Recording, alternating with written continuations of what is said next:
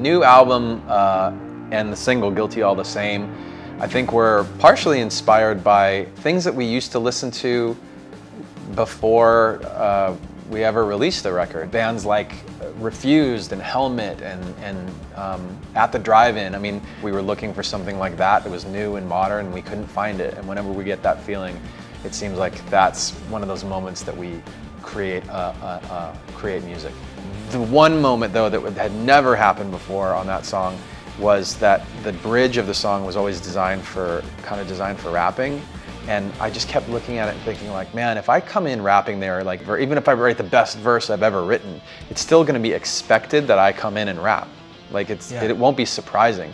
So the idea came up to have Rakim on it, and luckily our engineer, who's from New York, knew him through a friend and put us in touch. And a little while later I was on the phone with him, which was just so cool because I'm such a fan of his stuff. And I was telling him, like, here's where we're coming from on this record. Like, rock music right now, the rock genre has moved into this pop world. Like, it's moved away from, loud, aggressive stuff and guitar-based stuff, and it's gotten into this indie alternative pop thing. And we're just not comfortable, like, going there right now, And he said, oh, it's like exactly what I'm going through. He said for years, he does this thing and he feels he wants to uphold a certain like aesthetic and integrity, and rap has gotten into a different place. It's very poppy, and he said, what do you think, what would it sound like for me to do a pop song right now? He's like, I just won't do it. I can't bring myself to like write a hooky, pop jingle. And I was like, well, it's like perfect then. It's a perfect match for this song. I feel like musically, people want to say that there are guilty pleasures like Bon Jovi or like Justin Bieber. Those are not my guilty pleasures. Bon Jovi actually used to be my guilty pleasure, and when I was like a kid, I listened to a lot of Bon Jovi records. But now I'm not guilty of that. I don't have anything to apologize for. If you don't like Bon Jovi, if you don't like the way... Fuck you, man. Yeah, if you don't like the way John Bon shakes his thing and all that, then... Fuck you.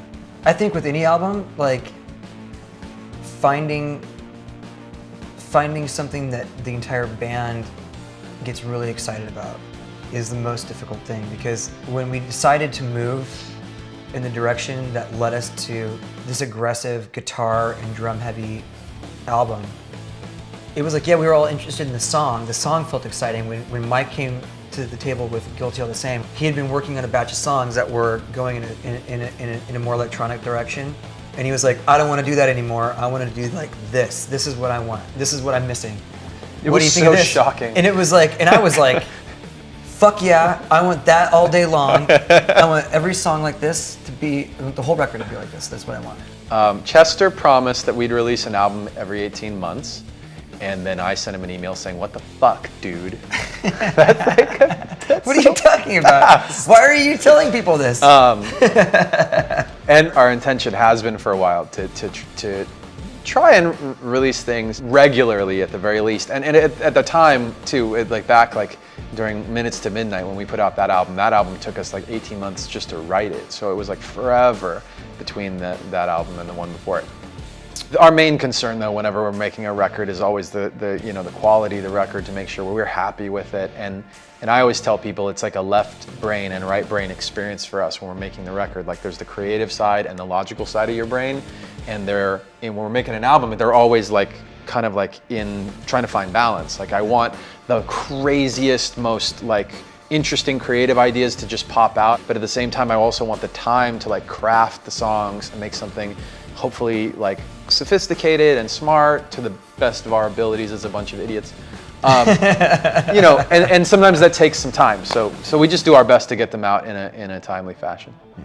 Even through the process of making a record, like in the past we've started off in one direction and gone another. And it's same in the case of this album. We were moving in a direction, when we were like working with Steve Aoki. I think people were really expecting us to go further into the EDM side and further into pushing the pop side of what we're doing. And so for us, I think even that was the direction that we were kind of feeling like we were gravitating towards. And at a certain point, it was like, we don't know if that's what we want to do. Let's move somewhere else. And then, you know, I didn't even know that that was what we wanted to do until it was brought up by Mike, or, you know, if somebody else comes in and goes, here's a song, and all of a sudden we're inspired, it inspires us, you know. That kind of process happens all the time. So we're never really not writing. We're never really not moving forward.